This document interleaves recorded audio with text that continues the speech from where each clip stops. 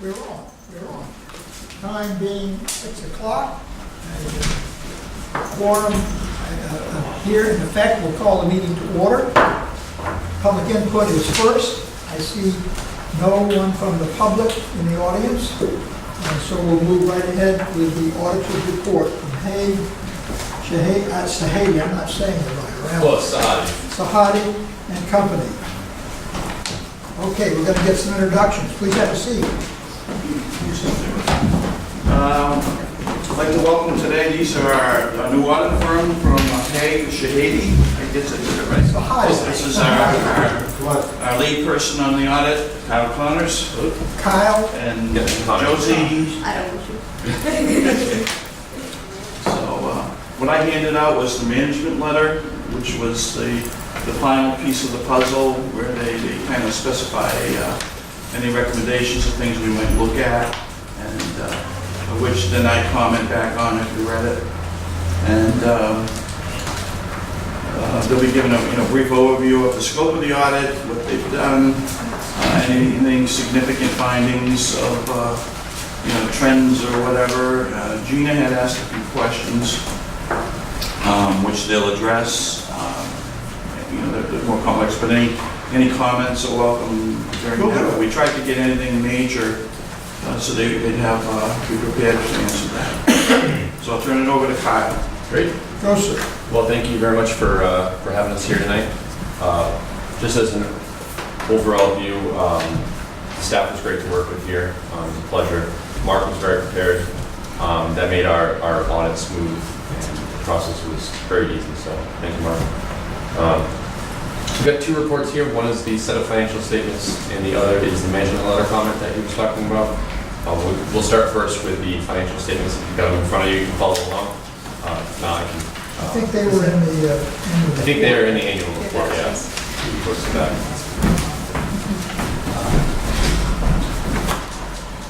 Feel free to interrupt and ask me any questions along the way. I'll be happy to answer them to the best of my ability.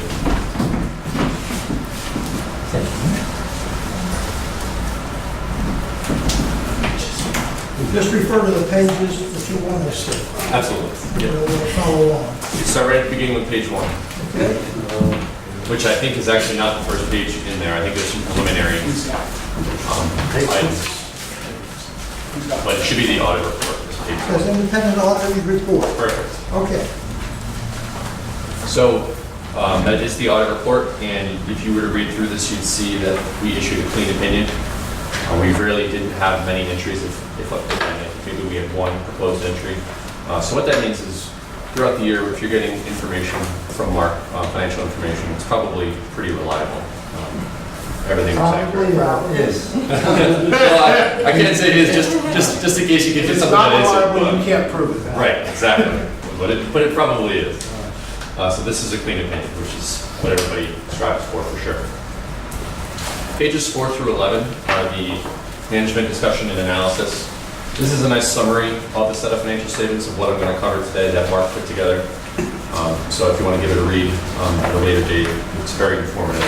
But I'm going to get right to the meat and potatoes right now, which is pages 12 and 13. These are the balance sheet. And it's not too dissimilar from what you would have seen in the past, except there is one item on this balance sheet that hasn't been there in the past, and that's the net pension liability. That was a result of GASB 67 and 68 that now require that full liability to get put on the books. So if you were looking at page 13 under liabilities, you'd see the net pension obligation, which is really the net pension liability.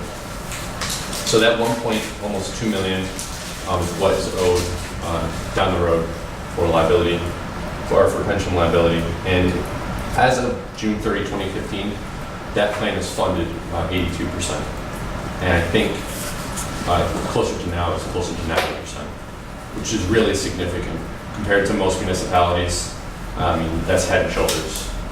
The increase in the liability between 2015 and 16, is that typical of companies under the new rules, or are we an outlier for some reason? No, that's very typical, and it's actually a direct result of maturity schedules. Right.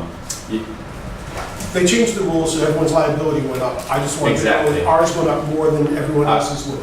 No, it's very consistent. I said maturity tables, I meant mortality tables. So they just came out with new mortality tables.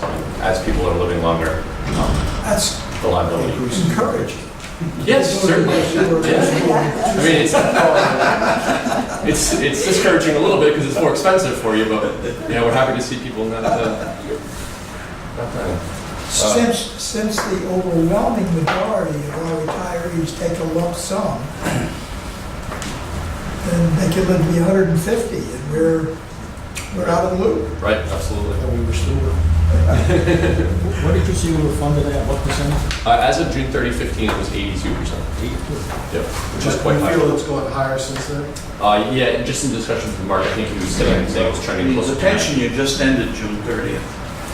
So when they do the audit, they use the Last year. Right, last so this is as of year. June 30, 15. So it really starts on July of 14 through June of 15.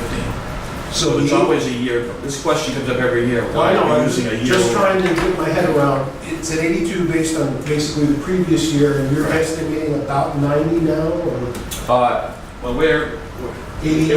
I won't know for sure until we get it from the actuary. but- We're going, you never know. I know. I'm not gonna hold you to it, but I wanna have some. Bob Boston, just so you know, who has been in every year, retired last year. So we have a new actuary within that same firm that is taking over.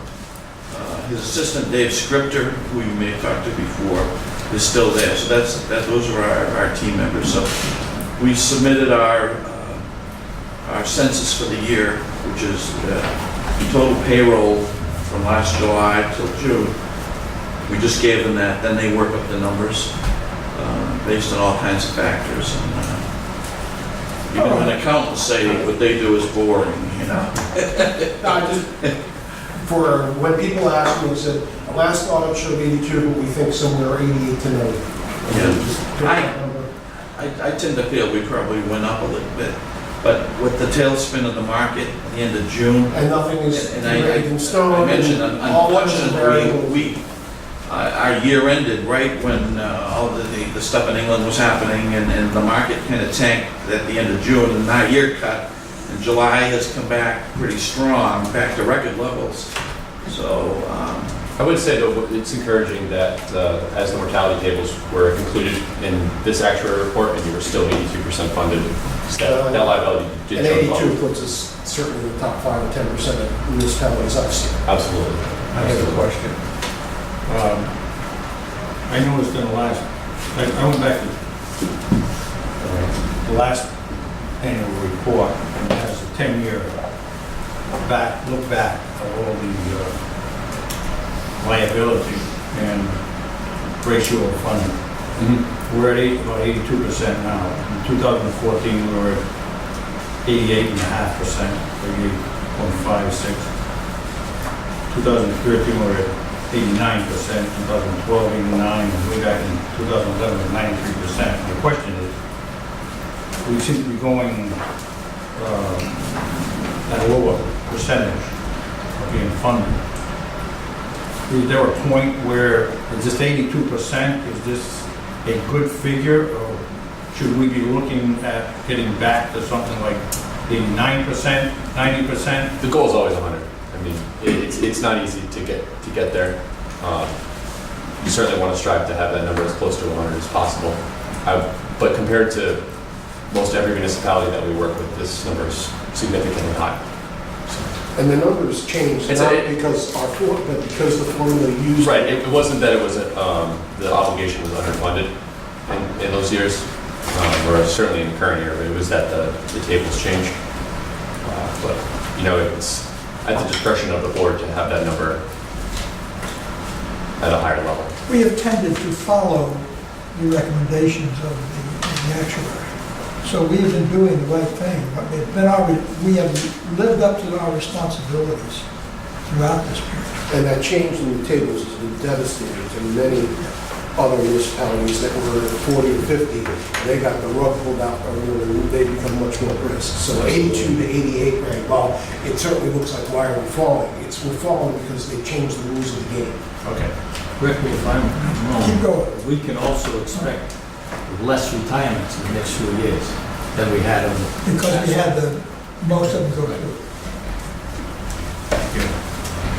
So pages 14, page 14 is the profit and loss, and you're going to see that net position was restated, and that was due to, instead of putting the full expense of the pension liability on in 1 year, we were able to go back and restate your net position, show what it would have been in the effect in 2015. So the details of that are located on page 42 if you wanted to see that pension being restated. Otherwise, the authority had a turnback of 3.2 million, and a lot of that is due to expenses for capital assets that were capitalized and not expensed in the current year. They'll be depreciated over future years. Okay. So it's not like there's $3.2 million worth of profit that the authority is gaining. It's Just paper profit. right, exactly. Yep. Page 15 is the cash flows. This is more informational if you want to take a look. But page 17 gets back to what we were just talking about, the trust funds for OPEB and pension. So the OPEB trust fund, I think is, well, it was at least, as of the audit, funded at 4.1%. I know this is a relatively new trust fund, and that most municipalities are pay-as-you-go, where they have it at 0. So I believe it's the intention of the board to slowly get that number to increase over time, but most municipalities don't fund their OPEB. So at least this is a step in the right direction. What percentage don't fund at all? Yes. I mean, I don't know. 98%. So we are in the top 2% as far as addressing OPEBs. Right. As far as realizing that it does need to get funded as well as the pension. Actually putting money towards it. Right, exactly, instead of just paying for the expenses as you go. Right.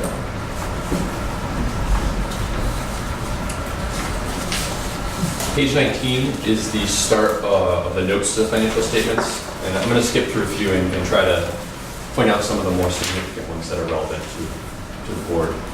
So page 25, note 6, this is the property, plant, and equipment note.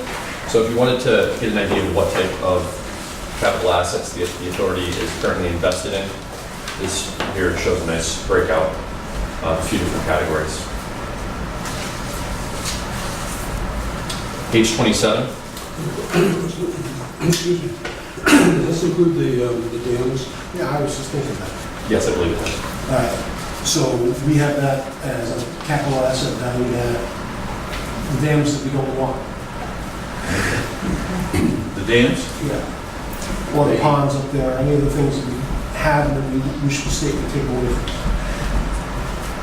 Yeah, I mean, I think that's under our, and the dams are part of the land, aren't they? As far as- I believe that they're through the distribution system. So we're ever successful in getting rid of those, then this will drop. Correct. The big part of our capital are all the pipes, like the Yeah. whole system. We're not getting, Yeah. And Mark did make a highlight when he made a lot of damn jokes. I'm sure of that. The damn dams. So, Page 27, this is the long-term debt note. And this note shows a maturity schedule for each bond and for each loan that the authority currently owes, if you wanted to look through. I believe one of the largest on page 29, the first bond, is nearly paid off. So that will be some significant savings in the coming years.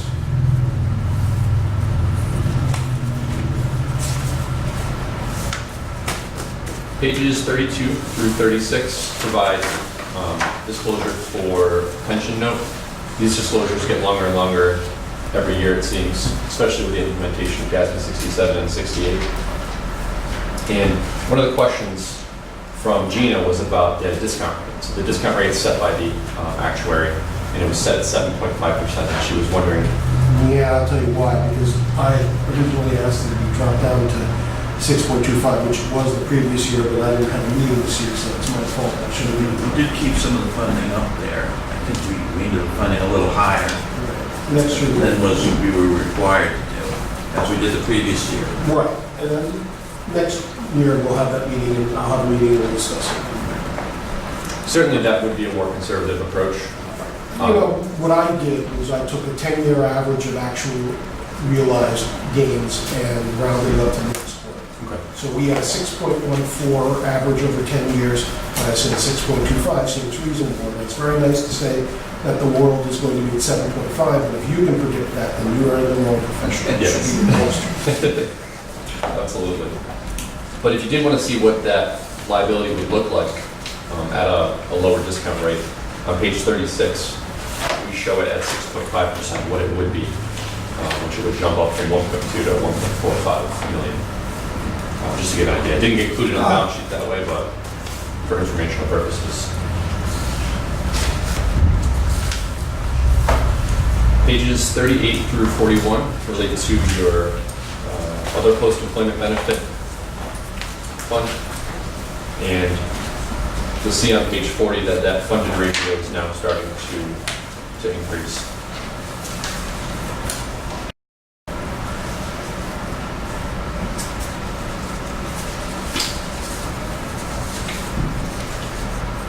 Pages 43 through 46 are supplementary information, again, from GASB 67 and 68. They really increased a lot of the information to be included in the report. But over time, what you're going to see on these three sheets is more years of data. So they require 10, but unfortunately only 2 years remain available by the actuary.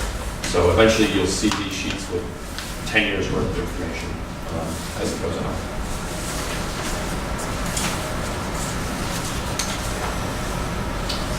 The last page that I think is very relevant to the authority is page 51. And this shows that you're required to maintain at least a ratio of 1.25 of net revenue available for debt service requirements. And currently the authority maintains double that, a little over double that. So that's a healthy set of financial statements as far as being able to. And how uncommon is that in other municipality? It's rare that we find a municipality that doesn't meet the How ratio. rare is it to be double? To be double, I don't think I've ever seen it be double, so it's probably the first time. Are you going to give this information to Gina? Yes? You know, I can try, I don't think she hears. Sorry. No. But, you know, I'm just trying to get it on the record. And I'll be happy to, I know Gina has some questions, if she wants to give me a call, I'd be happy to Just discuss with her so too. everyone knows, she was scheduled to return this afternoon. She's stuck in Charlotte. They canceled her flight. I was in communication with her. And I guess they even closed the airport for a while. There was a serious thunderstorm there. Oh, wow. But they canceled, wiped out her flight over there, so that's why she was not here for this meeting. So that concludes this report. The second report that we have is the management letter comment report. And this is an area where we discuss anything that we found throughout the audit that was either significant or material, or was just something that we wanted to bring to your attention. We didn't have anything that we constituted a material weakness or a significant deficiency, which is great. The only item that I wanted to bring to a little quieter, bring to the table and let you know is that there are some controls that are being completed by the same people. Overall, you want to have segregation of duties to try to limit the potential for fraud to occur. And so the journal entries that are being prepared by Mark and being posted by Mark, amongst a few small other areas that are being completed by the same person, that could potentially, not that we're saying there is, could potentially lead to fraud down the road. And there will arise a Pharaoh who knew not Joseph. It's not how you set things up based on the people you have. It's based on the people who will replace you someday. And that's always the concern. And I read the management letter, and I put in the last reply the statement which you made and Mark responded to, and both are correct, which is that you should have somebody additional reviewing the numbers and the difficulty in having that in such a small agency. Absolutely. Is there any solution to that that I am not seeing, you're not seeing? Generally, the design, and what I brought up in my response was that basically everything I do that's of a material in nature of a journal entry have been discussed at our management meetings, or I'm carrying out what the director has agreed to, whether it's the life of an asset or anything that's major. Most of our journal entries, I'm basically the only one that knows. A lot of them are they're repetitive, but they can be complex, and that why they're done certain ways. And everything in our monthly financials is done on an accrual basis. So I'm constantly doing accrual adjustments for income, expenses, major expenses, prepaid insurance, prepaid expenses, and putting in journal entries that are repetitive in nature, but they, basically they all balance out, My concern, and it's a long-term one, it's one for not needs to be solved today, is when you go and we hire someone new, we should have a system of controls where they don't have the ability to commit fraud. We've done a lot in that. I basically sign the checks, so I do not approve any from the purchasing system. I'm not worried about you. I'm not approving I'm not worried about things, you. but that's, no, I know, not me. That's a policy, But, there's a lot of things we do. There are, although the separation of duties has been something that's come up for the last 10 years here, I think, that they talk about. But it's, it's, when it comes down to creating the journal entries and posting them and analyzing them and setting up the accruals, it's a one-man show here, it's me. What's your experience with other agencies that you audit of a similar size? It's difficult. It's difficult with a small agency. There's no doubt about it. I mean, is this the same criticism that Absolutely. you give to other similar size? Yeah, it's not limited to just this water authority. It's across the board in smaller agencies. It's good advice, and you don't have a great solution to it either. Now, we have seen, we have a nonprofit that we work with that had some issues with segregation of duties, and it was a board member that ended up signing up on journal entries. Now, they were even smaller, so they didn't have a lot of journal entries, so it was a little bit easier for them to do that. But that board member ended up leaving, and so they went back to not having their segregation. I mean, the problem, among others, that I sense right off the bat, is while we might have a board member or someone other in the organization to sign off on something or do it, if it's a complex calculation that is being It has to be made, somebody with the skills. then the other person has to have that skill in order to know that the computation has been done correctly. Right. Not necessarily changing the number when it's entered, Right. but that in fact the number is correct that's being entered. Mm-hmm. So how do we cope with that? I guess that's something we need to deal with, or just live with. Right. Yeah. I'd love to have an assistant if they want. I was thinking that. But it's Do auditing companies do any checks for the integrity of the numbers, independent of whatever else they do? Oh, yes. Well, we perform tests of these of controls.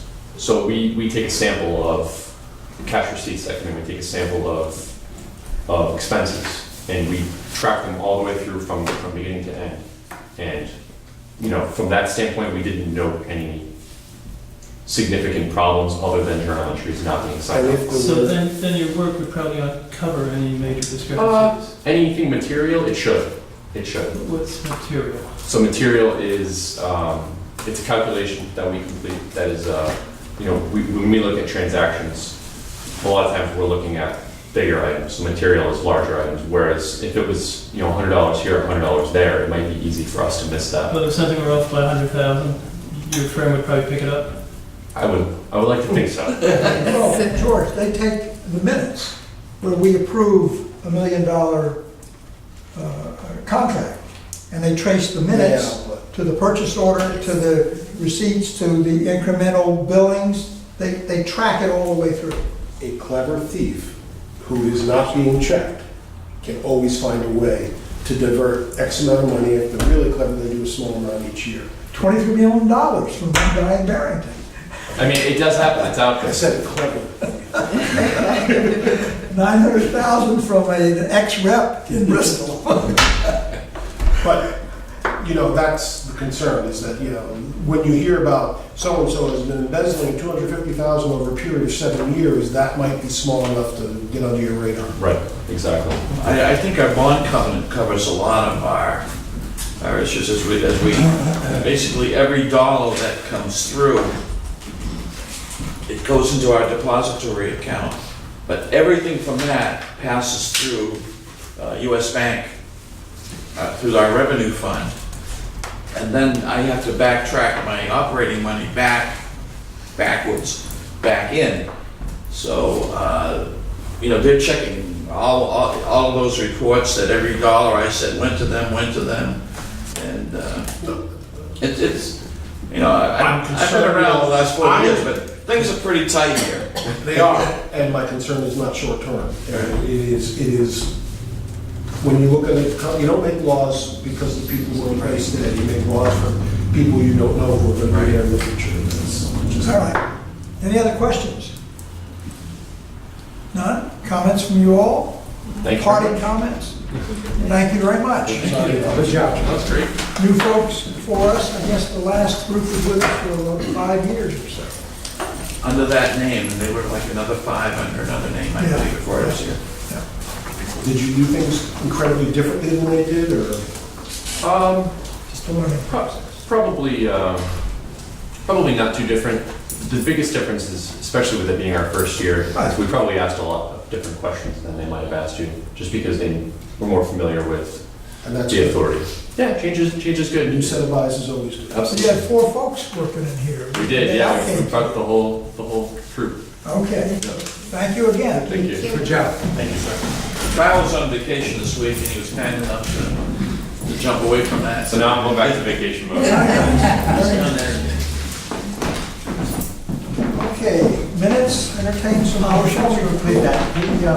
Have this Thanks so much. been passed out to the council? Thanks for coming in. Not yet, it will be this week, this coming week. This coming week? Okay. Looking for minutes, Thursday, June 30th. Do I hear a motion? I move we accept the minutes. Is there a second? Paul, any discussion? Ray? None. Wow. Ready to vote. Those in favor say aye. Aye. Opposed? It's unanimous.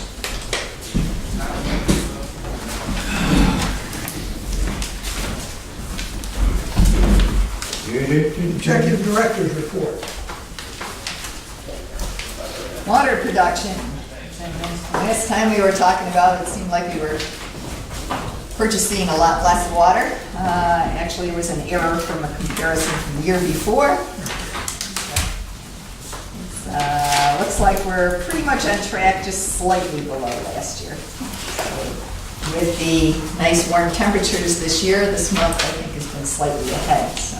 I think you told us in the past that over history, it's a 3% reduction almost from year to year. Keeps going down. It was lessening the last couple of years. Okay. We were getting more down to 2 and then 1.5. We were hoping we'd be leveling out, but there's still a pattern of using less People need water. that water. Well, but they're putting in more low flush toilets, they're changing. Yeah, but there's still a limit. Let them go. Yeah, Well, and that's true too, as, water gets more expensive, people become more careful with it as well as the conservation issue. We have run into an issue with Cutler and Mulberry, which is what we were discussing with Joe just before the meeting. We have a developer that purchased part of a road in Warren. The town abandoned the road and didn't leave an easement for us for our pipeline that was in there since 1937. So we wanted to remove that pipeline and replace it with a larger one, but we are on hold at this time because we've got to resolve the legal issues. Joe will be working on that with us. Is this the area, I'm looking at the map, is this the area of Cutler Yes, and South Cutler? Is that what we're talking, that area right in between yep, right where you Cutler can see the and South yellow Cutler? or the red circle. The railroad bed? Yeah, it used to be a railroad. There used to be a railroad. Right. We have a presumed easement from the railroad, because that didn't show up lately, but it is in an older easement, which we do have. Joe researched that. But meanwhile, there's a larger section, actually larger than the circle I pointed out, that the developer purchased from the town, that was part of the Cutler Street. There was area Paved there. road. There's a paved road, we have a hydrant there, and we have a water main there, and the developer purchased that property. There's gas easements and there's electrical easements. They tend to forgot the water easement. So that must be on the north. On the north side. North side, right Yeah. in front of the Clystone. Yep. The old Clystone. Yeah. Because he's looking where you see a lot of that wooded area to put in a development in there. Joe, do we have legal rights of eminent domain? You may, but you couldn't. The question was whether or not to go out to bid, I think next week or very soon to replace the pipe. You can't resolve it that quickly. I understand. You may, maybe an implied easement, So, misrecorded deed, all kinds of things. I don't understand that the developer wants to put a development in, needs water. Yes. So why wouldn't he let you put a new pipe in?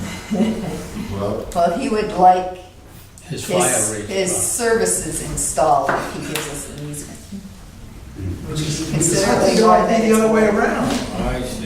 If he doesn't give us the easement, he doesn't get his So you're service. saying one of those fire rates are too high? We have,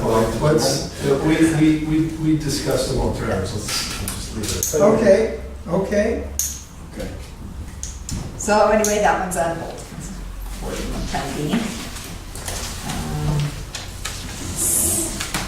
Yes, we are out to bid with the 16-inch emergency interconnection Oh, okay. with East Providence. What do we allocate line item amount for that? That's approximately 500,000. For the interconnect? Yes.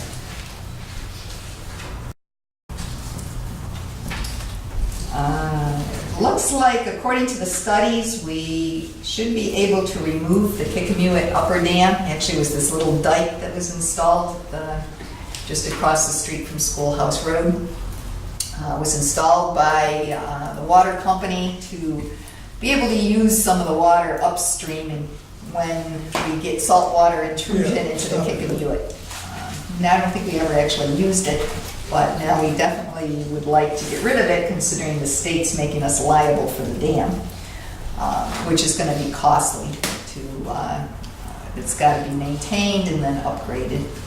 So we're looking to remove that. Actually, the Save the Bay people were supporting that. They would like to see a fishway up through there, and eventually they are looking down into the future that would become a saltwater pond with the sea rises and sea levels.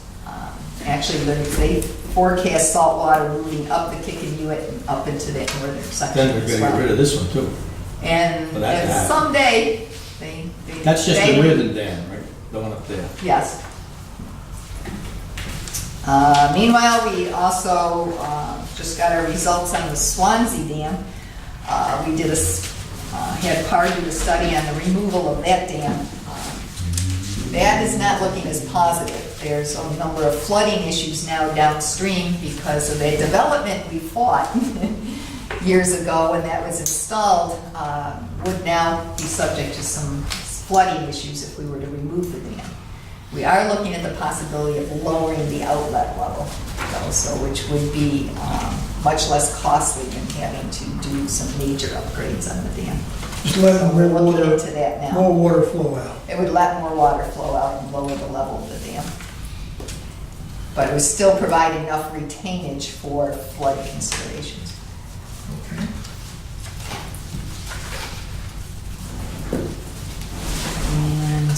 And we've been doing a lot of work on Medicom. We've run into a number of glitches, as you do when you start digging in the middle of the street, and we have a lot of water mains out there. Fortunately, we have an excellent contractor that's been working with us to resolve a lot of those issues. We had to do some work that took longer than we planned on for some shut-offs, so unfortunately, some customers were inconvenienced. But we're working with them and working with a contractor, no fault of theirs, to try and get some of these issues resolved. The break that they had that was reported, the break in the line, you noted here, so the contractor actually pulled out an unmarked discontinued fire service. Was that a private fire service? Yes, but generally it should have been marked on our maps, and it wasn't. Also, we had problems with the shutdown, so it took the contractor a little longer than would normally have as well. We found some problems with some valves in the system, which we're repairing. I think we're replacing a couple as part of the project as well. They didn't work, or what was the problem? We had one that didn't work. We had another one where the top nuts had smoothed over, so we had to get some special equipment to get that operating. And the contractor worked with us very well. We had our crews and the contractor's crews working together, and got things done much more quickly than we would have otherwise. So what kind of time frame was that on the reported the break? That was reported around 1:30. We had the water back on about 9:30 at night. Are we still on schedule for, We're still on schedule. We did extend their schedule to do the 12-inch water main on Car Lane, the 12-inch that runs up to the tank. That has been installed. It's not connected just yet, but they installed that one this week. So right now, they're still on schedule. And actually bringing in a couple crews and doing the side streets now. We've got the Medicom Avenue is pretty much completed. We still have a cross to do on Tupelo. We haven't got the schedule on when they intend to do that yet. But they still have all the side streets to do. They did pressure testing the first couple thousand feet. So it looks like those will be put in service fairly soon, and so they can start re-hooking up services and removing the temporary bypass. So that'll give our customers some relief. Quick question, as the project progresses and we're moving north to south from Medicom Avenue, Yes. do we update our website to let people know that it's coming their way? Sue's been doing a good job of keeping that updated and putting up notices. It's on the website, we tweeted it. I'm not sure we have too many people reading our tweets, but what I did that I think got more people is I had an email group of the bus company, the school bus company, that nursing home, the high school, the police, the fire. I had a group of people that I would email on a weekly basis with the location we were working. No, I mean, I haven't heard it negative. I'm just trying to think ahead of that if we somehow, Well, and that as we're email progressing, also we're went progressing. to Tony Cirillo, Lou Cirillo, Lucia, who sent it to all the Bristol counselors, so I think that helps too. all right, so Knew where you we will be were. continuing to do that, so that Yeah. as we're moving north, everyone will be made aware of the progress. Now the work is mostly off, the major work is in Medicom, Yeah. which was the most disruptive.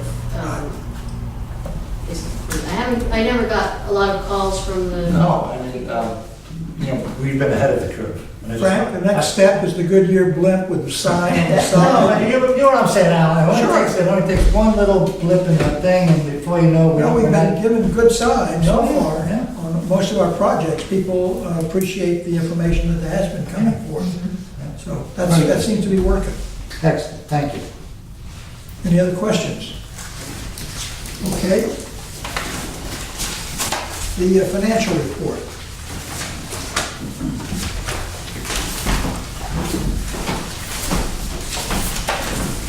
Back. I think I sent everybody so you could get a preview of it. You also should have a hard copy of the June and June turned into like the New England weather, wait a month and it changes real fast. But at the end of the first quarter of May, we were looking at some real big increases in numbers, and of course, when June came in, we took a hit that brought us back to very close to reality. And that, more in line. Pam's numbers kind of get closer to mine now. But remember the June numbers from billing are really on a quarterly billing. They could be done from April, May, and June, March, April, May, depending on what. So the June billings are reflective of that time period.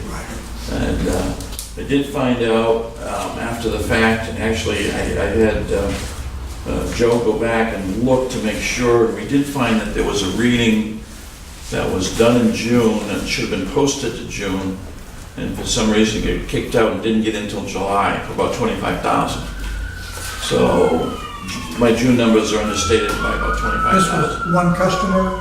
No, this was one day's reading. Oh, okay. So when we loaded up to the system, it bounced out, and when they put it back in, it was probably at the end of June, and then it got bounced into July. Okay. So that number will be reflective of that. But again, I go back to where we are at this point of the year. What page? Let's see. We'll start on page 5, which is compared to last year. With similar consumption numbers, revenue up 3.7%, which is basically pretty close to our rate increase. So selling the same amount of water, we end up with revenue up a little over 3%. That's when I know things are working right, if the numbers are the same. On page 6 is our budget. And again, we're almost 5% over budget for total income. And about 90% of expenses, which is kind of what I like to do, is come in low on the expenses and a little above on that. So we try to, again, run as lean and mean as we can for anything that's expense. If we go to page 7, which is the past so many years, the chart, we can see this is dollars billed that directly go out to the customer for that, not necessarily what my revenue I show, because I do accruals, bring in and unbilled and whatever, reversing things, those journal entries the auditors are talking about. But you can see June we billed out to customers with the increase 966. And you go back to last year, you look how May and June flip-flop last year versus this year. Last year we were almost 1.2 million in bills going out. Weather, you just never know what causes that difference. And so we had some flip-flops, in months, but it's starting to settle out there. So dollars billed versus the previous year, we're up 6.36%. And if we compare that to gallons delivered, we're up 3.21%. You add the rate increase to the 3.2 and you get the 6. So it's a system of checks and balances.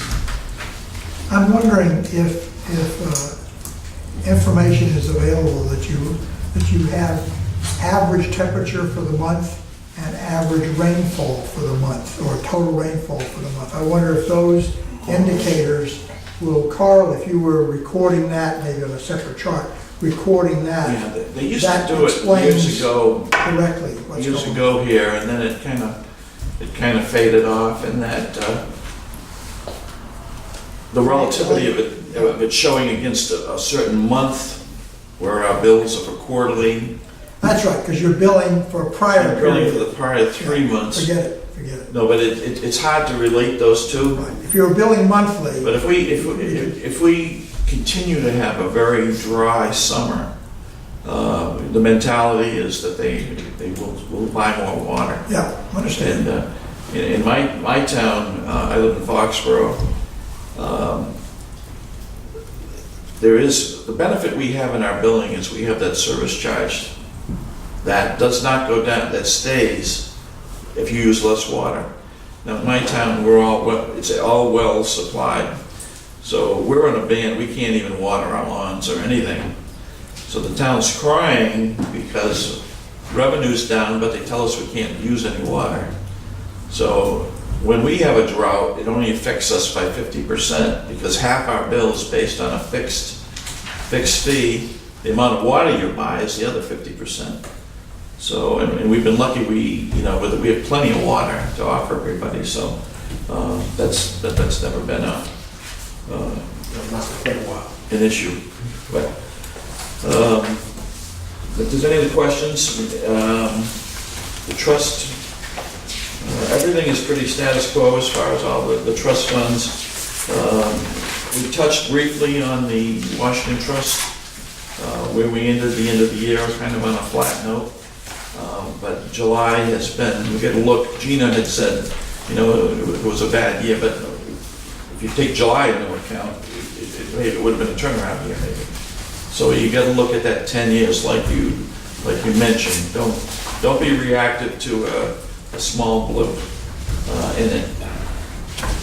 So I did note, if everybody's good with it, these are the months we usually have our guests come in. We started with the auditors tonight. I'm looking at August and September for the actuaries for August and the Washington Trust investment people for September. If that's Sure. We'll get everybody Stay in with the here for a little update.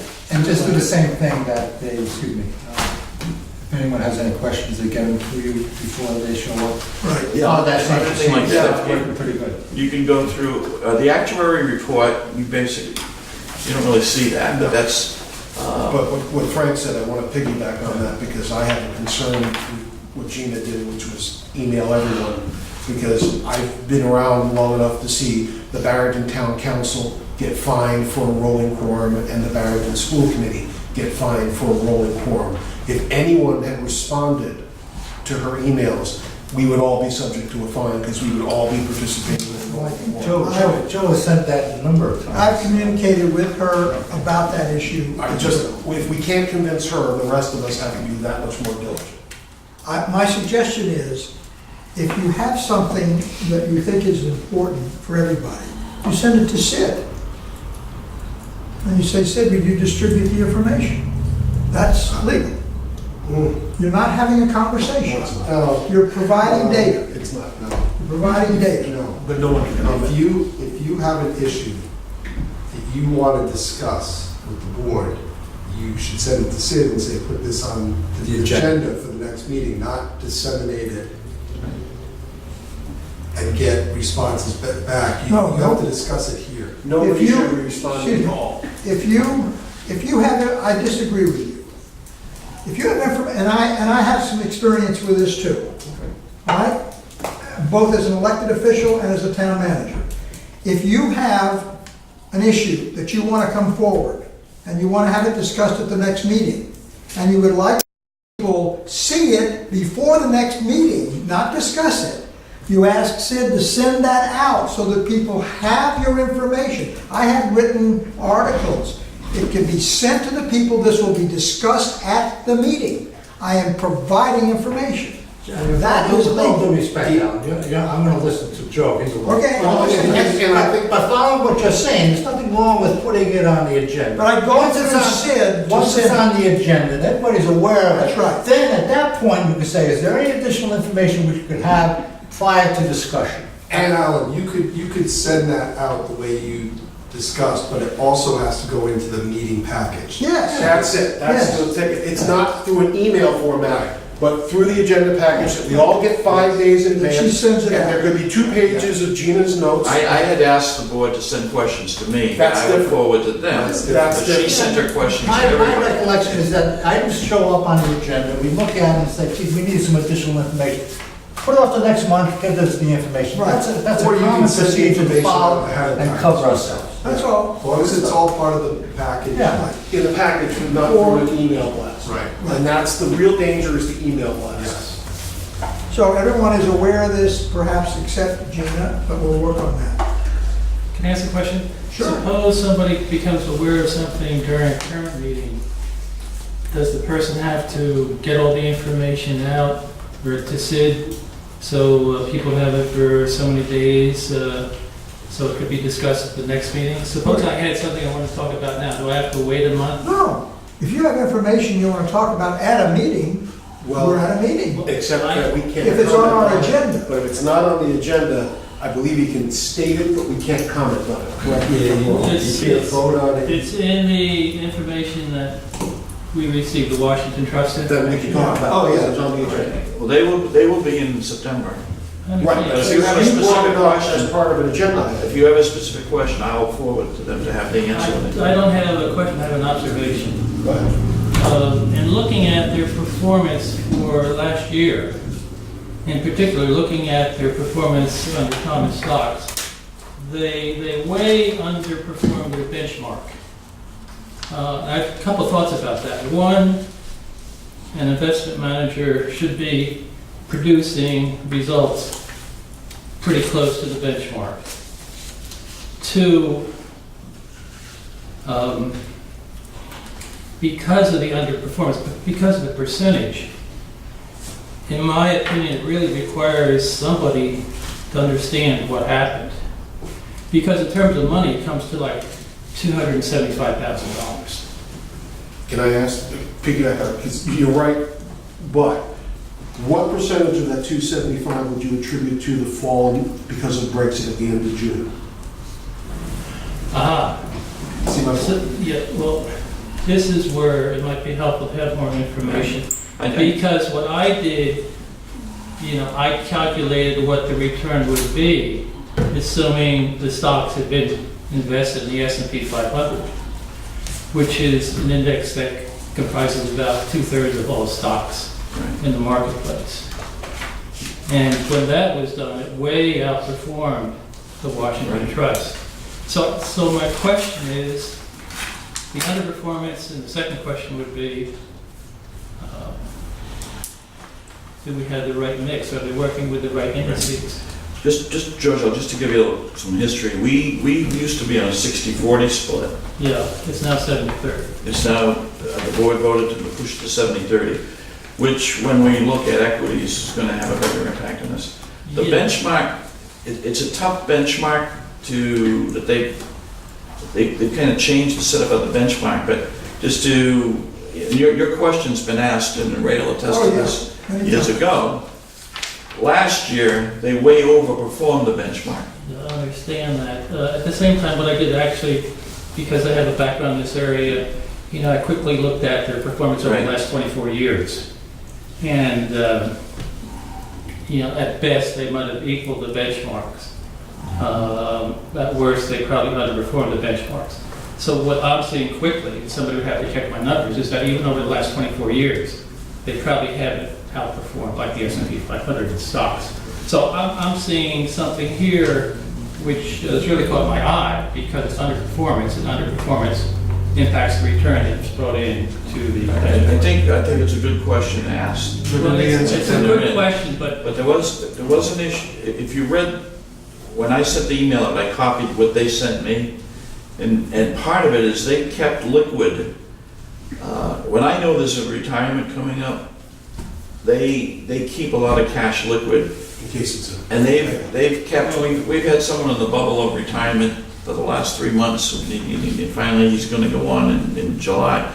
But they've kept $500,000, 10% of our portfolio in liquid form, which has not been invested, which dilutes that. And I think they noted that on the email. then I would suggest something like this. I mean, money, the money doesn't have to be in liquid form that long. If it's like an index fund, overnight the money can be available like a checking account. So, I would bring that to the table. I don't think they have to manage money that way. George, we have periodically gone out for review of the investment trust fund. Change managers have RFPs, go through the whole process. Yeah, and let me. And we can do that again. Well, the bottom line is, this is great, but embedded in here is the type of information that I think a person should use to really analyze performance, not against benchmarks, but also, not really against benchmarks, but also against competition in the marketplace to make sure they're doing well. And I think that some of the measurements should be stocks against the S&P 500 and maybe bonds against the total bond market fund. Because quickly I'm seeing that those indices would have beaten performance at Washington Trust over the last 24 years and certainly over the last year by important amounts of money. I think it's important that what George is saying, write it all out, get it to, is it Gene at Washington Trust or whomever, and let them provide the information to George, rather than anyone here who has expertise try to explain what he's talking about to his satisfaction. That's not what we do, and I don't think that's what we're trying to do, but if he has a question, he needs to be able to go to the right person to get the answer, and then discuss the answer with that person. So if it's August or September, someone's here, We can speculate on what we Correct. have. Let's get his questions Just to to them. just to add to that, along the way, I've had interaction face-to-face with that group. And I've had similar questions. I don't want to talk about what the answers were at that time. But it really doesn't matter what the answers were. What matters is what the facts show. correct. And the facts show underperformance. That's the bottom line. Okay. And I You agree. have to be driven by the facts. We've been fighting that battle. Well, I don't think,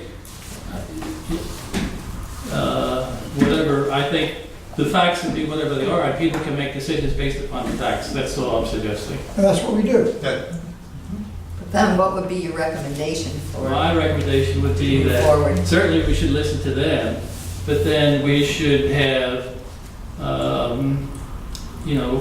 perhaps we should ask them for the type of information that I just brought up. Perhaps we should have them do that comparison, or maybe they're instructed to do it that way. But it just seems that, if the money were even invested in those two funds, first of all, it had greater diversity. Bonds, I think the bonds only had 10 bonds. That doesn't give any security, any diversity. It's like a total bond market index fund has investments throughout the whole bond market. So there's another question there about the lack of diversity in the bond portfolio. We are limited by And also, what we can invest in. investors in the S&P 500 would give, based upon my quick look at this, not only greater return, but greater security. Because those stocks have less risk than, say, stocks in the small cap category or international stocks. So I think those are the items that have to be brought to the table. In other So what I'm words, saying is that I'm seeing that a different type of portfolio mix could have more security and greater return. if we simply put the money into a spider, all of the equity money into a spider of the 500, S&P 500, and put the rest into a bond, and now you have a 70-30 mix, and that's it.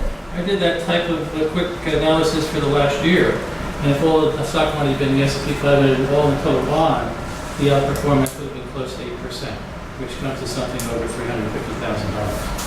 And maybe that's a simple way to finish off our, you see, the fund is closed now. I'm just saying, this type of analysis should be done. And I was able to draw my analysis from numbers on here, but by looking at this sheet, one wouldn't be able to see that. I can do it because I've had a background in this area. But I'm just saying there's possibly an opportunity here to increase the returns of the pension fund with taking less risk and having greater diversity. That sounds like a win-win-win. Okay, Next step should be what?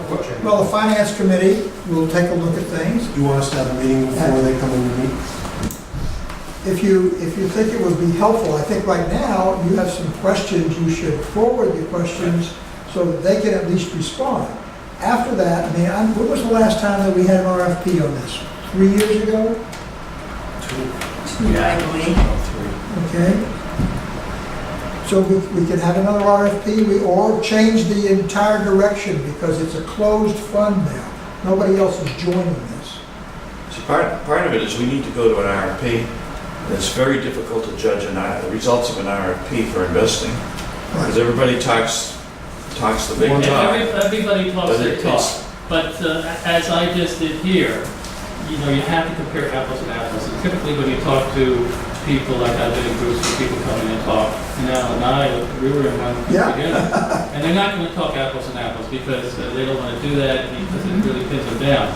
But if you're smart enough just to grab the information, analyze it, and look at different alternatives in different ways, it stands out. And some companies just are better than others, even in their presentation and in what they present.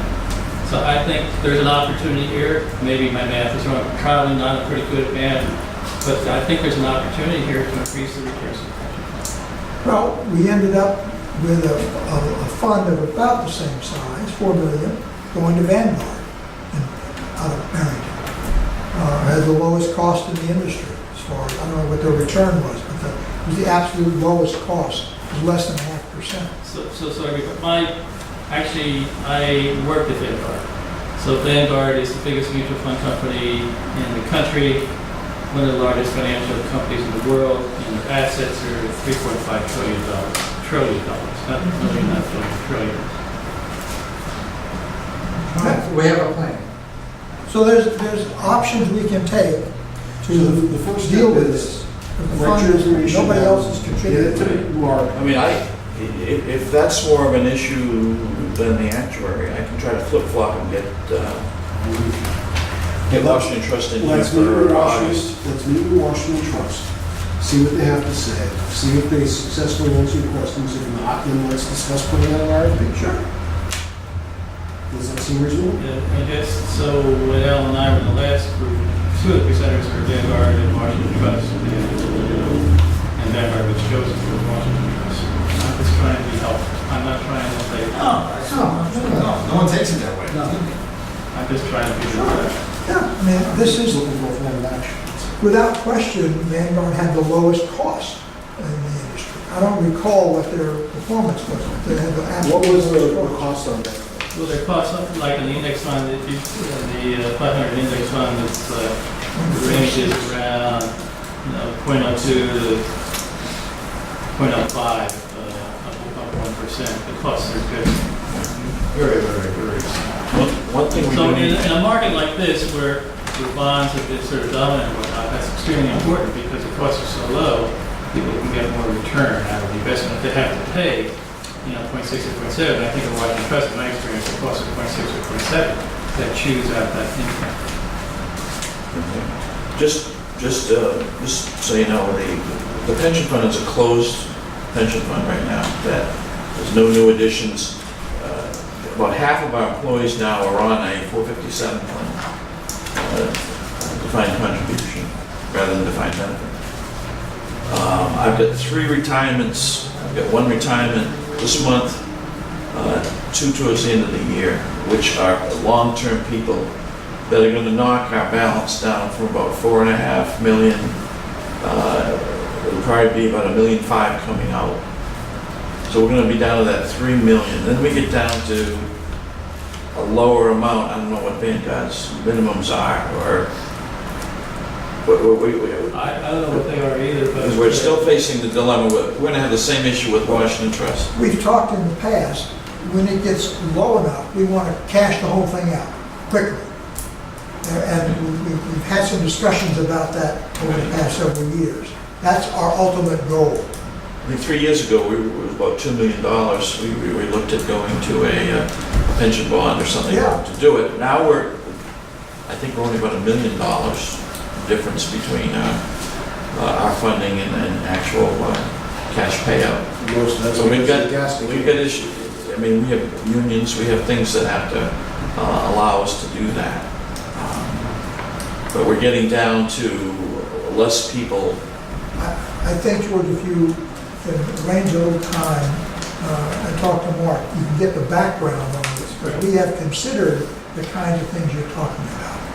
And particularly as that nut gets lower and lower and lower, smaller and smaller. I didn't know it was going down, I was just thinking it was gonna be about the same amount of money, but it really doesn't matter. Yeah, it's a story. It's never gonna grow. It's not growing. It's not gonna grow. It's gonna be in a series of going down, down, down, down, down. Yeah, I think what happened last time, even though it was 3 years ago, is because we are such a low amount, we had a hard time attracting Anybody to look at.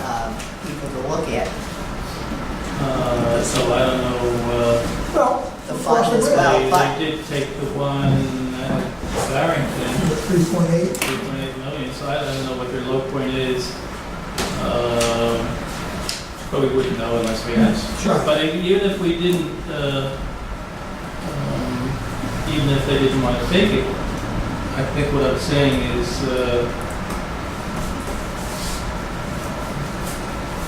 there might be, I think there really are better ways to invest the money. That's what I'm saying. At lower cost. Let's have it I there. think another issue in the financial area, so we don't,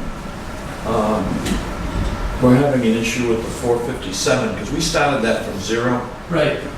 and building up, it was very difficult to get anybody like a Vanguard or Well, I mean. whatever. We have, I think, a little over $1 million in it now. I don't think we're that high yet. Almost there. Well, they're Said once we hit fairly $1 simple. million, we could get into the lower But we're cost. paying very high fees on under $1 million. I think they're in that, I can find out, Empiric and Beauty, I don't know what their fees would be to manage it, but the fees to pay for the investment side obviously would be very low, I'd have to check on that. Right. But typically, Vanguard has the lowest fees. They're Right, really across because the- we've checked with Vanguard and whatever, and some of them, we're getting answers like, you know, they want $1.5 million, $2 million of Fidelity before you can kind of jump in Yeah. with something like that, where you know, your increases aren't being eaten up by fees, and you're netting out. So the fees there would be whatever their fee is to administer the Right. program. But I mean, we Perhaps have it's something you two can- things at once. I mean, if you want to, we could just. But combine something like them. that could be something you could maybe sit. So they might add the million and 3 million and come up with 4 million and be happy, I don't know. Right. But I think they may be happy with those numbers. I don't know, I'm not there day to day, but they reach out to the smaller accounts because typically the accounts grow, or one would grow, but the other one probably would. Sure. Yeah. If we don't try, The we'll other never one know. definitely would. That's right. Nothing wrong with getting more information, ever. So once you're I know we're into it, concerned with the 457. Why don't they just get together with you or something? Pretty much the Just, same. how about- Yeah. Instead of going back and forth. Sure. Matching we can funds. quick it and we can just take it from there. Makes sense. Thank you. Good. Any other questions on, All set. Wait over a lot of time. I see the customer portal is still hanging. Yes, there's been some changes in the laws, with the charges, so we're trying to get those resolved. Next thing is the bid on the water meters and automatic meter reading system. And we decided to go with Neptune, right? Yes, there's a Mr. Chairman, Mr. Chairman, how are you? Yeah, I have some concerns about this, a couple of questions. sure. One, of course, goes back to my same old claim is, I don't know why our people can't install the meters. I don't understand. We have a good workforce, a larger workforce, we don't have the treatment plant in line, why we can't have our people install these meters? Can't be that many water breaks and that many things that they have to do. Actually, there are. We have plenty of work for our operators. We're doing a lot of maintenance programs, like valve hydrants, service installation work. We really do not have the time to do this full time. Our people will be doing some of the installations. We will be starting the program this fall with our own staff, and we will be using some of the, especially the more difficult ones. Our employees will be installing the meter pits, the larger meters. Some of those our employees will be working on. We'll be setting up some appointments for weekends and evenings for places where we can't get into during the day. And those will be done by our own staff. So we will be working in some of our own labor as we can, but there is just so much other work scheduled. I know they're having trouble this summer just keeping up with the amount of work. that is required to be done. And we do have a younger staff with very little vacation time, which is a big benefit to us. So even being strapped at this point in time, adding a full meter program is just not feasible. What percentage do you think of all the ones that are going to be installed, what percentage do you think that BCWA workers would be doing? Do you have an idea? It's Like going to be 10%? 10 to 20%. Right? 20%? I would offer that it's by no means an effort to avoid having our employees do the work. And I've been through this before in my previous employment. And one of the big issues is the transition to a new system in a timely manner. Right now, we're running 2 different billing systems based on the types of metering we have. We have the Trace radio system, we have an Orion radio system. We go with a new system, that will enter a 3rd one in. Until the time, from the day we start until the day we convert all over, we'll have to run 3 separate billing systems. And the prior system that I worked in, I had 5 people dedicated to meter installation and meter service. We don't have that. We pretty much have 2 a day here, maybe 3. But when I did a time study on it, it would take between vacation time, average sick time loss, other duties response, 7.5 years for me to change out 17,000 meters, pretty much same size meter base. It'd be 7.5 years before we did it from start to finish. And at that point in time, you're going to start to see problems with the initial installation, and you're never going to be able to take full advantage of the features that these offer about the portals for the customers to get their information to convert to fixed network. That would be 7 years out if we just attempted to do it in-house. If we had 1,000 meters, 1,500 meters, that'd be a different story. But with 17,000, 18,000 accounts. Quick question, if I may. What do we have in inventory of current meters? Current meters, we have approximately 30. We haven't bought any new ones because of this. We have hopefully just enough meters to get us to the point. You're talking about installed or in inventory in the shop? Inventory in the shop. In the shop, 25 to 30. Oh, that's another question I have. Since I've been on the board, pretty much yearly, we've allocated money for installation of new meters. And all those meters are supposed to be good for 20 years. Where are all those going? What's happened to those? The meters that are in, the meters themselves, we have meters in here that are older than 20 years. We have new meters that have gone in the last year or 2. The meters will perform. It's the transmission of the radio signal, taking the meter data out and giving it to you in the format which, when you talk about going to the cloud or being able to utilize that to distinguish use patterns and properties in comparison, to give us the information in a timely manner. That the meters that we have in the radio technology it's old school.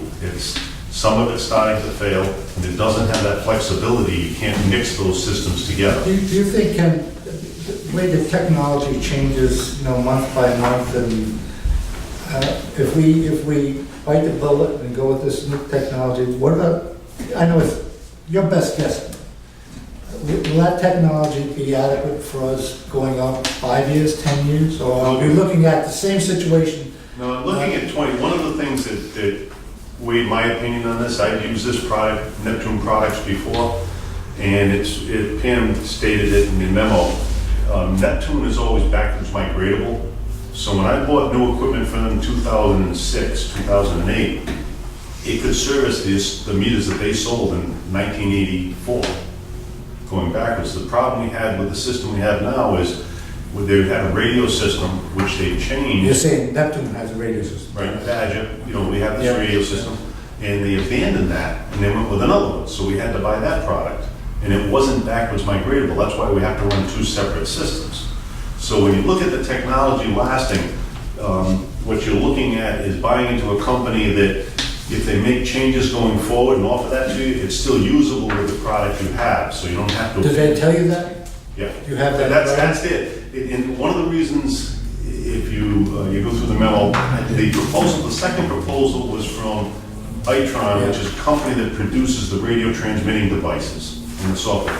They partners with a water meter company. They don't control that product stream. They partner with them now, but the Badger Meter Company is pretty much up for sale, potentially up for sale. So who buys them? If we enter into a contract in that situation, in 2 years, they might be out of the meter business. So one of the things that had always sold me on Neptune is they own everything that they sell as a product. They would typically buy, they would own 51% of that company, so they would have control on the product stream, which was important so you don't get an abandoned stranded resource. Just one quick question, if I may, Mr. Chairman. Sure. You had mentioned earlier that there was a situation where installation of meters took 7.5 years, using your own people 5. By contracting as proposed, how long will it take to put 16,000 meters in? That is limited by our funding stream right Okay, so now. We're looking at 3 years to complete this. Okay. If we had the money to do it in a short term, you could enter into a contract, the company could bring 10 guys in, they do 12, 15 appointments a day. So, in 3 years, you're looking at a little over 5,000 meters a year put in? Yeah, we've targeted that trace, the older basic meters, because we actually only have one handheld device that can read them. They don't make them anymore, they don't even repair them.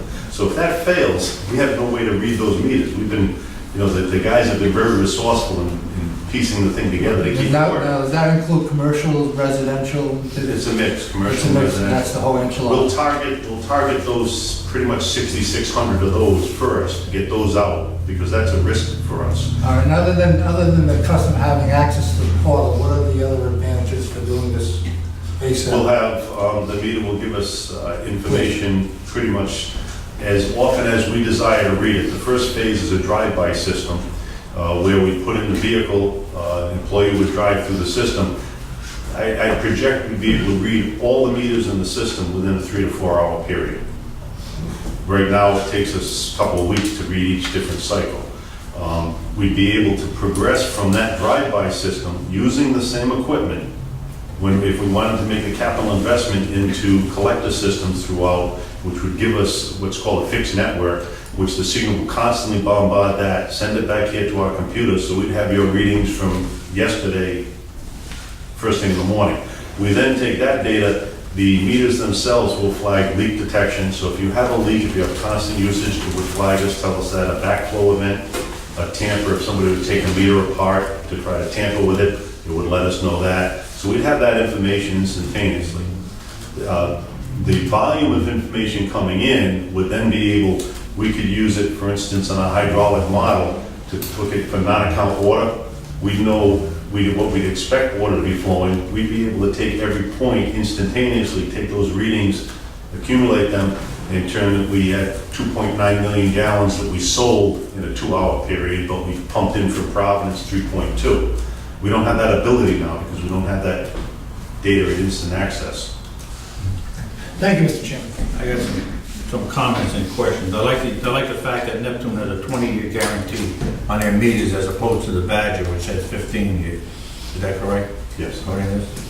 I had a question on the life cycle. What do they mean by the life cycle? Is this the life of the unit? What it would call, over the 20-year period, if you were to buy one company's product versus another, what does it cost for the capital expense, but then the maintenance and operation during that 20-year period?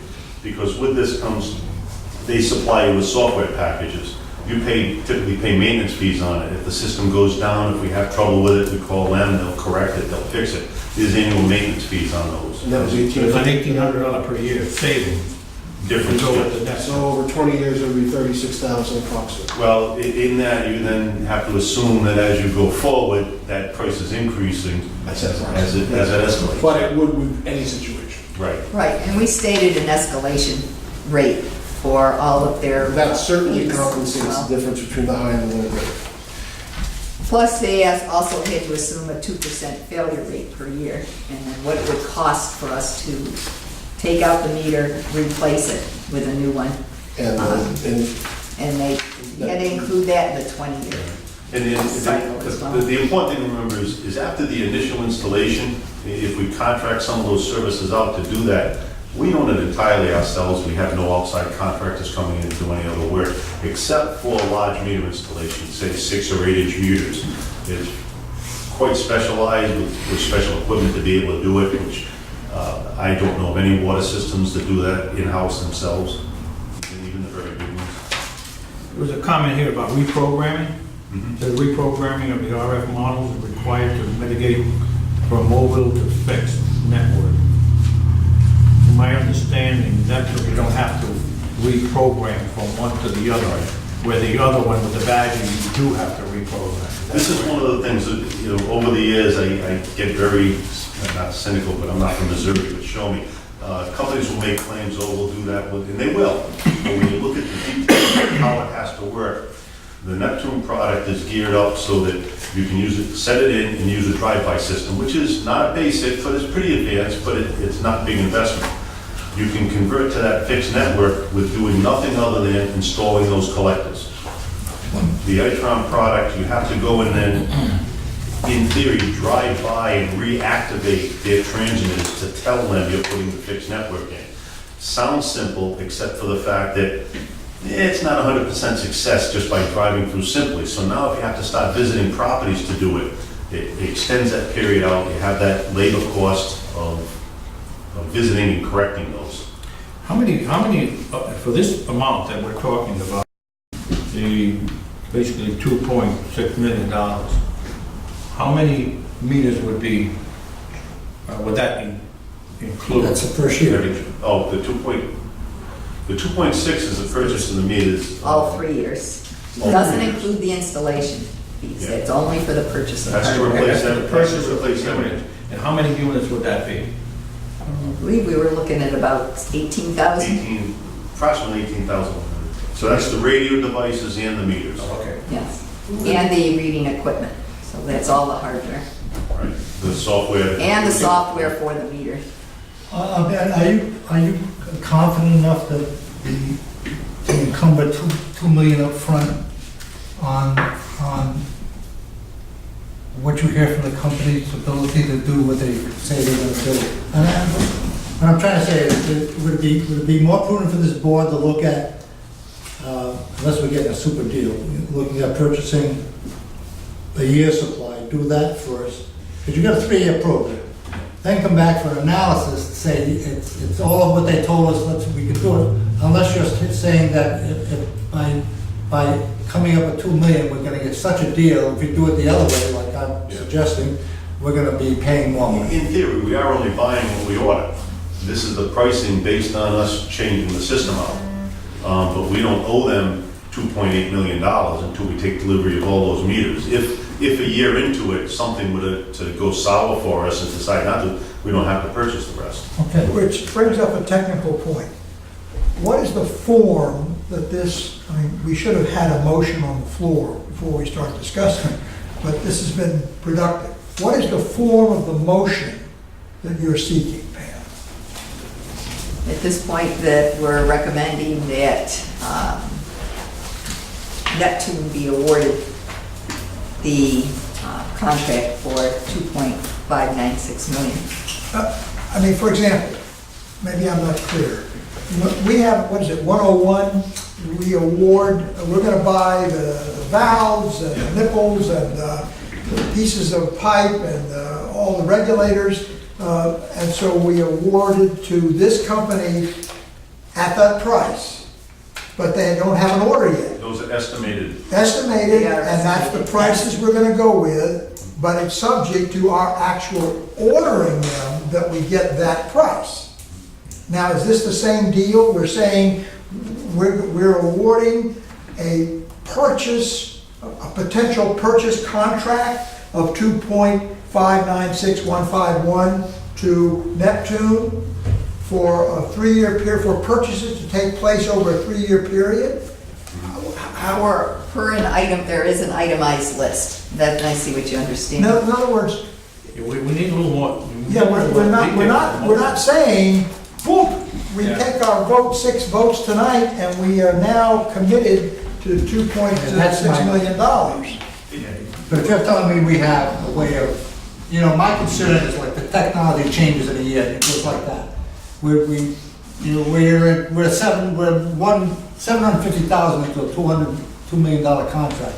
Can we stop it there and say, Okay, time out, we only sent 50, or because we signed a contract, we owe the other 1 No. I would advise that when we look at this, you're looking at buying into a system, because the meter companies, the radio equipment, if we were to go with the Badger meter or a Neptune meter, there are, some of them are compatible. Badger, Neptune, Census run on the same protocol, so you can read, if we decided to put Census meters in instead of Neptune, because we didn't like them, we could do that. Some of the meters you cannot read, they're not compatible with the different radio equipment. But I would say the technology doesn't change that quickly. You know, we know, you know what I mean? But if there was a product failure, for instance, if a company misrepresented what they're selling, and we went with it, we didn't like it, we don't have to spend all that. With the numbers we put together were estimates. For instance, if we were going to buy 800 2-inch meters, and that was the estimate, we could, in theory, if we decided to downsize some of those meters, and only buy 500 2-inch meters. Kenny, I don't want to go for a $2 million project and find out halfway into it, it sucks, and we're liable for I don't want to do this.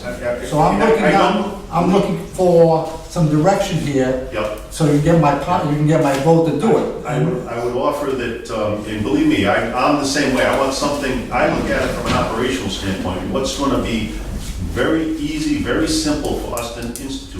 And from the standpoint of installing it, I go to Ray's house, I put that meter in, I put the radio device in. Some of the companies come in, you have to program that radio device to match up the size of the meter, things like that. The Neptune product, you attach the wire to it, you touch it with a magnet and turn it on. That's not the issue. Joe, can you give us some input? What should the motion say? I don't know what the contract is. That's right, there's no information. This Right, so is- it makes a reference to having money for this year, but not the next 2 years. I'm looking at the bid summary. Right. Base bid year 1, base bid year 2, base bid year. So I don't know if you're voting to approve year 1. I don't know what the contract is. Yeah. Well, the contract was for all 3 years, subject to funding. So, Okay.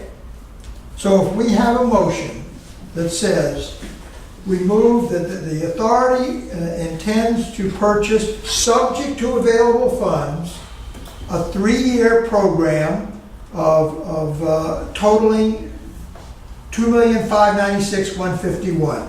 That includes up to 18,000 meters? or you could say up to that amount, because we do have it broken down like we do our materials Right. bid. It's so Subject- many meters, so many, get prices for so many different I guess sizes.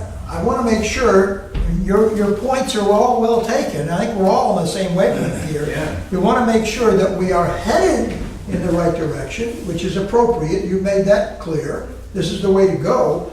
It's just that, just as we do that every year, we pass those Materials bids. bids. We want- We haven't sold it, we haven't bought anything. We just said, if we buy, we're going to buy it from you at these prices. So what's the correct way to say that?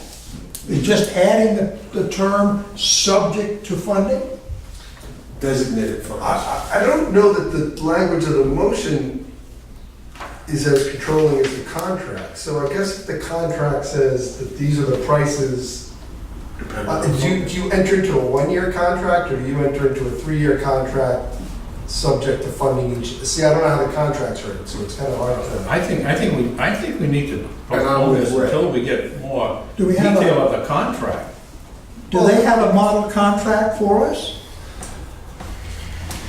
No, Do we have a but not that, No, and then that's to that point, what they did was, they responded to a bid, and they Yeah. told us that is what they will charge us over the next three-year period for those products that we buy. say, subject to the conditions of the bid, Right. which is. Which they have to deliver in so many days after we order it, they have to deliver it to this location, What? their warranty. Can we just have, Okay. can we just have Joe review Yeah, it? if this is Well- delayed by a month, That I don't know. if this is delayed by a month, would that give you adequate time to review the bid and give us? Oh, yeah, I just don't want to put the project off if we. No, will that screw things up if we delay this No, order? we'll just No. have to buy some more No, we- meters, but I pick up a couple Other of cases, meters. of, you know, Yeah. if we use the inventory, as Yeah. Frank said, that we have up, I have to put a meter in a house. I understand. We can buy another couple of boxes of battery meters until that point in time. I think everyone would be more, I'm sorry, you have a question? I was had a question. This is just to purchase the meters themselves, the installation is separate. installation separate. So you said the first year you can install them yourselves, probably using your own. No, we'll be putting the bid out Okay, shortly so how for much the do you expect installation. it'll cost per installation? What do we, I think around 50 to 60, A is it? little bit more than that, depends on how aggressive and how busy that there are. 3 or 4 companies that run through the northeast and up and down the eastern seaboard that do this. It depends on how competitive, how many projects are going on. You're probably looking somewhere $70, $80 a point. Should we have that information in conjunction with this? We haven't bid that yet. I mean, No, I understand that. Does it? Because that $2 million was a formula. It has to be, it would be nice to see a more Sure. complete package. Buying it with stock. If we're buying it, we don't know how much it's gonna cost to put Right. in, is the real issue. That's another $100,000. Mr. Chairman, well, there will be, and understand, and I'll explain the process quickly, but we can compare bids of the last year in communities in Massachusetts that have done this and give you an idea what it costs for the install. And that's dependent also on the nature of the community itself, whether you need 2 people to go into a property, which we don't. And it is going to be in that $80 range roughly, but the contractors, the companies that you hire, we will hand them over, fairly technical, handle them over on our customer database of all our property addresses. $400,000 a year. They make the appointments with the customers in their schedule. They have a software package that does that. They maintain all of that, they set up the appointments, they go out. They do the install, they record all the information electronically in a manner we want that transfers electronically straight back into our database to overwrite what we have after we review the file. With very little process. So that's included in their cost, so. George? Now, I'm just wondering, as part of the bidding process, does someone or some entity check to make sure this is a financially stable company? Oh, yeah. They've been around for They're 60 owned by years, Roper Group. 80 years. But I know, but I mean, do we have anything from an organization that says they're financially sound, besides just knowing they are? I have to check on, we did have a consultant I that sort of reviewed recall all that each this of the speech the other companies. night where everybody thought it was wonderful, but nobody checked to make sure they weren't copying somebody else. So, it's a small thing, but I think it's critical, absolutely critical. And that should be how we do it, George. We can- It should be how we do it. I believe they did, but I don't I remember. agree entirely. It's one of the other features of the company. It's entirely U.S.-based. The product is made in the country. They're based in Alabama, so we don't have issues with some of the import product complying with American steel issues if we borrow government money and install it. It's made in America. It is, and all that information is available. We can provide that. It's their product. The city of Warwick, Pawtucket, Woonsocket, East Providence, Smithfield, and Lincoln are all using this product. Kent County Water, United Water down in Wakefield. So they are probably the premier meter company in the country. I would assume that Weston and Sampson would consider that in their decision too. Yes, because So, they but reviewed it for but us. the information you're looking for is easily obtainable. And why don't you touch base with Weston Sampson, like Paul Let- said, just And actually, when I was at the national conference, also several of the largest companies in the country had mentioned they had just recently switched to Neptune as well. And one of them was a large private company. Would it be possible, in addition to having Joe come up with appropriate language for the motion, also gather some data, so at least without, if we don't have the bid ready by then, but at least people will know approximately what the cost will be, regardless of what meter we buy, what the installation cost would be. So we have some sense of the whole package as 3 to raised. 5 contracts that are Yeah. ongoing now, have been Yeah. in the last So year on the installs. So let's put this to next month, Very please. good. All Thank right. you, Mr. Chairman. Thank you, Ken. Thank you, Ken. Okay, generator. Generators. Okay, what kind of generators are you buying? Commercial electric We model. have to see. There are, actually, within the spec, there are three square, well, not square D, it's Schneider Electric, General Electric, and Generac. They basically built the spec. There are 3 or 4 big companies that will meet the specification, but it's one large generator for the building and a smaller one for across the street. Both gas operated, is that correct? Natural gas. Natural gas. It will involve, the gas company will have to upgrade our service line into this building, and then we'll sub-meter off to the generator there. And the same thing at the building across the street, will increase the service size to that. Have they specified any kind of warranties on the units that they're going to provide? Yeah, but it's we had our engineering did the bid specs, it was well beyond my technical capabilities. So they had a company draw up the specs, working with them. We've got, I can get you a copy of the specs if you'd like. But it's pretty thorough. The low bidder is actually, I guess, the gentleman who lives in Cohasset, but they've done recent work in Cumberland Water, pump station generators. So the feedback on the references on them came back very positive. The actual installer. Entertain a motion for this, the bid award on the generator. So moved, Mr. Chairman. The second. I'll second. Can I Further ask- discussion? Yeah, I have one question. I want to ask a stupid question. Everyone can forgive me. Is there any reason why we can't take the commercial electric bid on the 39.4 and the Nolan Electric on the 81.9 and save money that way? I just thought I'd ask the question. I think you're going to find them. I did preface it, did I not? That would be nice. It's It would something be I would nice to do. save 15 grand, but it was... Okay. Ready to vote? This, 6 votes I think we need for this. No, it's not 500,000, 5 votes we need. All those in favor, raise your hand. It is unanimous.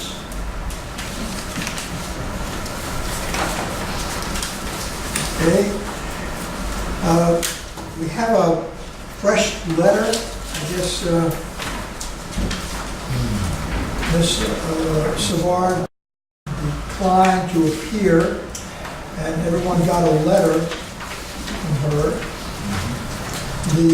As I read the letter, I have a sense that she intends to go to small claims court unless we reimburse her at least $2,000. And what's the pleasure of the board? Can I ask Joe a quick question? Why didn't our insurance cover? Oh, this happens all the time. It does, yeah. This is a tough, this happens in Pawtucket a lot too. You know, there's some damage done, goes to the insurance company denies it, and the board's kind of caught in between the insurance company and the customer. And of course, the customer doesn't necessarily want to hear it by the insurance company, they come to the board. So it's a tough spot to do it. I mean, Will we get another insurance company? Because I think they're wrong. they might be. They might be. What would you recommend? It is a tough spot, I recognize. There's really no right and wrong in this one, because I've read the claim, I mean, We tried to find the leak, we didn't find it. But we tried to find it. But it was there nonetheless. Well, I'm afraid, I mentioned this at the last meeting. We had the same similar situation back in February 2014 on the woman on the trail. And I don't think that, bad mouth, but I don't think that we were diligent enough trying to find that leak. I think we dismissed it too quickly as being groundwater, ground surface water. And when I read the letter from the woman who was the neighbor of Mr. Savard here, she claims that it was a dry period at that time, that there wasn't any rainy period at the time where there would be groundwater. I think that based on the fact that we're supposed to have this leak detection system, that I think that something that should have been used at that point in time, I'm afraid we dropped the ball on this one, to be honest with you. That's my personal opinion. And I think this woman has a good right to complain about getting reimbursed there. I mean, the thing is, if she brought you to small claims court, then the insurance company, they have to defend it. So it wouldn't be like I'd have to go defend it. If they deny it, they've got to appoint counsel to handle it. This is not an easy, the claim you talked about, Ray, I thought the facts there were a little different, a little hard, it was kind of questionable because there were some issues with the damages and had they had this done before, but this one, I don't know. I mean, you're caught in the middle. That's the Chairman, I'd like to make a motion. I just like, Small claims court, and she was successful. Who pays? The insurance company or us? I don't know what your deductible. It's 5,000. I agree with the gentleman So over we here. pay. I agree So we with this pay. gentleman. I think she should be reimbursed 100%. I wanted to pay her last month. I think there was an issue, a sum of portion of the claim should not have been reimbursed. But I think what we came down to is what, and I've done with this for a lot of years, all insurance companies will not reimburse a claim if they see there's no negligence on the part of the authority. And I think if we go with granting her part of the claim, we have to pretty much state that as well. Oh, she would have to We- sign, she'd have to sign a release that said we do not admit that Because there's we any do fraud. not really want to set a precedence on this. We're looking at the special conditions of what happened in this particular case, and the fact that we're not admitting negligence, but we admit that something happened. But we've done this in the past. This is deja vu all over again. We've had situations come before us. We've been told, we don't really have to do it, but the board has decided we're going to do something, but we say this is a one-time deal, and it's not set precedent for other activities. It's other events. Each one is considered separately. And I think we would put that information, that statement, whatever we decide to pay. I think we've done that in the past, where there's been a discrepancy in a water bill. Yeah. With this is something different. Mr. Chairman, I make a I mean, if motion to someone's pay been away- $2,000. All right, do we have a second? Now let's second that. It's seconded, okay. Let's continue to discuss it, or are you ready to vote? I would like to agree, but I would like to put an addition that she signs that we're paying it even though we had no negligence, that we're paying it. I don't care how you work. Well, we would have the right, I think we we're would gonna have pay it that anyway. That's the- appropriate legal Right, but I'm saying I statement. would want to make a motion to pay the $2,000, provided she agrees that we were not negligent in the process. Make her whole, but that way it keeps us. However you want. That language will be in the release, Joe. Okay, I think we're going to pay it anyway, one way or another. you ready to vote? I'd rather pay it in a goodwill manner than have a judge tell me. John, you agree to his amendment? Yes, that's anything. Okay. So could you just repeat that? please? The amendment is that to pay, his motion plus that it's contingent on her signing the release that Joe will draw. That it releases us from any responsibility because we did not, you'll write it up and down. Ready to vote? All those in favor, raise your hand. It is unanimous. I'm sorry. Wait till somebody from Bristol needs some money. Okay. Seven. 7 to 1. Okay. Okay. So it's passed. Did you want to talk about why you didn't want to vote, or? Oh, I wanted to go to small claims, let the insurance company fight it. If they lose the deductible, we got to pay. They're not gonna pay. Yeah, they're not gonna fight it if they're not gonna pay. Okay. Goals for the executive director. George, does that answer your question? I didn't really hear. I just wanted to go I didn't go hear. through the whole experience of going through small claims, make it a claim there for the small claims court. So that's expensive to do, what's the deal? I have no idea. It's not expensive to do. It's almost no money to do. Is that adequate? But businesses generally lose. Is I take that means. Okay, we have, ready to move forward. Executive Director goals. Everyone's had this, they wanted to study it again, look at it again. This is the compilation that's been put there.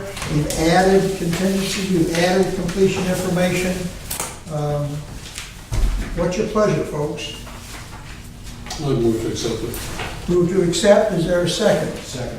A second. Any further discussion? All those in favor, please say aye. Aye. Those opposed, nay. The ayes have it. You have your goals, finally, Madam Executive Director. Update on North Farms. None. Nothing. Update on Warren paving. None. That's National Grid. That's not, it's really grid that we're kind of drafting and. Not from you? Well, no, they're going to keep sending stuff to town solicitors saying we can do anything with this. No, I understand. Yeah. No, it's funny. I'm just enjoying this. No, I know, I get CC'd on these emails, I'm like, oh, okay, I guess they, I'll let Grid do all the fighting. Okay, that's all right. Okay, we have the letter that Pam sent in from the newspaper, local newspapers. That's your board correspondence. Next scheduled meeting, and we surveyed everybody, so it's August 25th. I'll have a motion to adjourn. One mention, Summary. these were the Yeah. notes that Gina sent out on the strategic plan. So Right. obviously, we're not going to discuss them tonight, but if there's anything anyone wants to add. That'll be on your agenda next month. Just to be aware, the front page where she has most of her comments is really just a summary of what's inside. You know, it's just a kind of an index. Yes, yellow with her. So hopefully we can get this passed this next time. Those in favor of the adjournment, please say aye. Aye. Done. Thank you all. Now, point insurance.